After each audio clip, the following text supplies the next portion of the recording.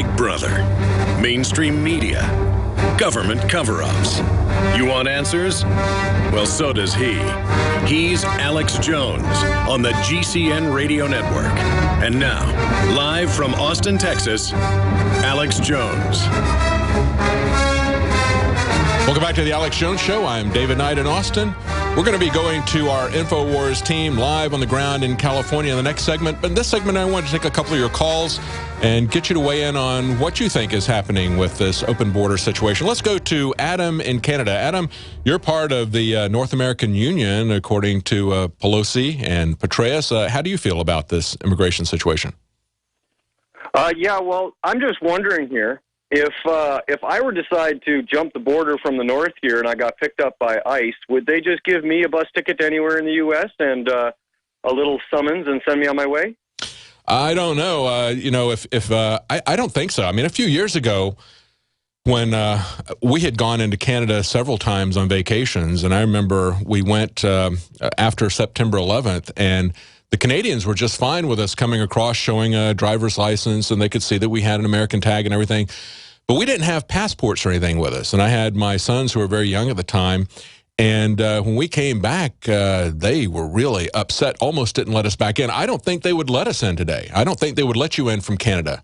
I know they wouldn't let you in at the airport because they are cracking down even harder at the airport. When we came back from Copenhagen, we had to go through customs. We had to go through TSA twice. We had to, the usual routine that's been there for quite some time. And of course, that is still there. They're even cracking it down with more trivia now. Well, yeah, but I mean, we've got 4,000 kilometers, longest unprotected border in the world. There's 1,000,001 places out in Saskatchewan. I could literally just walk across a farmer's field and I'm in the United States. Just keep walking. Get in a taxi cab, go to the nearest town, get on a Greyhound bus, and if I got stopped by a border patrol, would they kick me back across the border, arrest me, deport me? I bet you any money I would be back in Canada within 24 hours. Let me ask you, Adam, you're in Canada. What's going on with people who are coming not from Canada, but going into Canada? Are you guys offering the same incentives that we are? Because, we've got North American Union. That includes, people from Mexico should be able to go into Canada and live off of the welfare state in Canada as well. Do you guys open up? Yeah. We do have that issue. You go up to almost any major city in Canada now, and you can go to what we call work corners, and you'll find Guatemalans, San Salvadorians, Mexicans. That's right. All sorts of Latin American peoples. In Vancouver now, because Vancouver's got the nicest climate in Canada, there are tons and tons and tons of illegal immigrants there, just filling up the homeless shelters, going on the welfare rolls. That illustrates a point. It's not just America. It's also Canada. It's also European countries where they are bringing in massive, uncontrolled immigration because that Cloward and Piven strategy applies everywhere. This is a globalist plan to create regional consolidation, to take down the economies, to strengthen the government, and then to collect all of those regional economies into a global government. So the same thing is happening, we hear, throughout Western Europe. They're bringing in uncontrolled immigration to essentially divide and conquer the population, to balkanize the countries, to collapse the countries from a Cloward and Piven strategy on welfare. Thank you, Adam from Canada. Let's go to Damien in Indiana. Damien. Hi. Hey. I had an idea of how can we, as patriots, possibly adopt some of these children so that they don't get indoctrinated by those bringing them across the border. They get indoctrinated by, true patriots and freedom lovers. Is that a possible solution? Can we chip away at this problem by doing that? Well, absolutely, and that's what we need to work at. This is fundamentally an information war, but understand that when they try to bring them in at a young age, when they offer them free college educations that they don't offer to the American public, they realize that they are going to be more susceptible to government propaganda, to government control than the people who are here already. That's why they want to bring them in at an early age. Every dictator, going back to the time of Plato's Republic, understood, give me a child when they're young and impressionable, and of course they're mine for life. That's a large part of what government schools are about. That's the purpose of them. That's why they want to bring them in. That's why they want to lavish this state education on them. We'll be right back with our InfoWars crew live on the ground in California. Stay with us.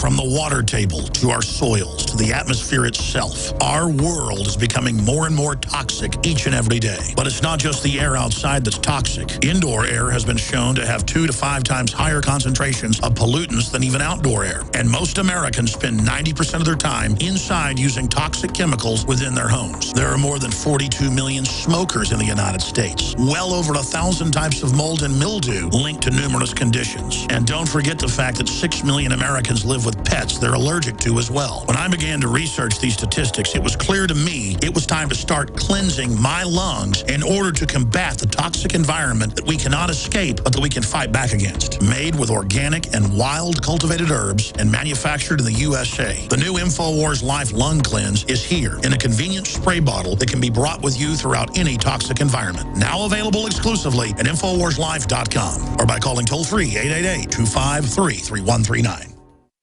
City of Austin tap water versus filtered City of Austin tap water. I can taste dirt in it. God knows what's in this. These people just sampled City of Austin tap water straight from the faucet. Next, we had them try a sample of tap water filtered with the ProPure G2.0 filtration system. That one is better. Tastes like nothing.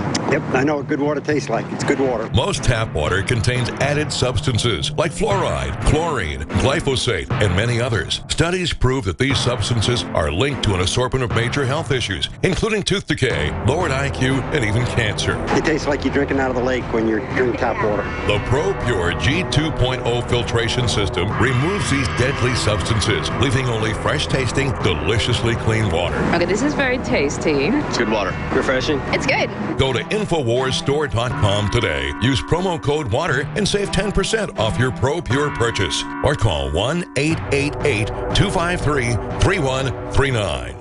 I've always believed in nutrition and herbs. Super Male Vitality was developed to activate your body's own natural processes instead of using synthetic chemicals. Sourced from powerful organic herbs, harvested around the planet, and then concentrated for maximum potency.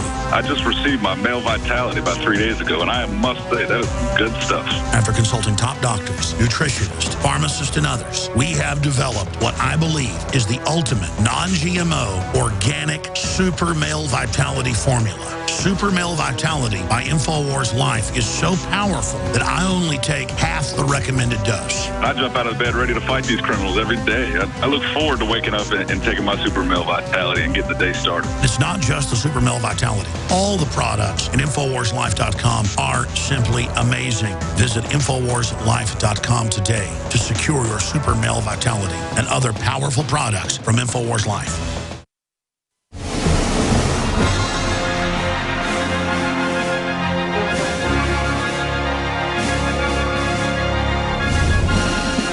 Resistance to tyrants is obedience to God.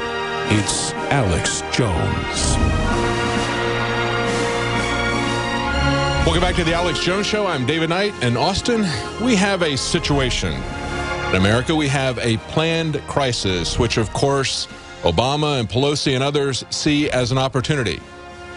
We've got Obama enticing children to be recklessly endangered by their parents who abandon them or accompany them through child trafficking, through pedophile rings, through human trafficking, through drug cartel gangs, through deserts.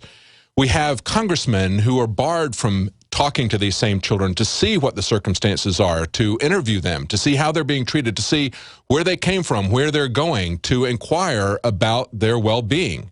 We also have journalists barred from doing the same thing. We have our own journalists threatened with imprisonment for taking pictures outside of a military base, not inside the military base, but from the outside on public land.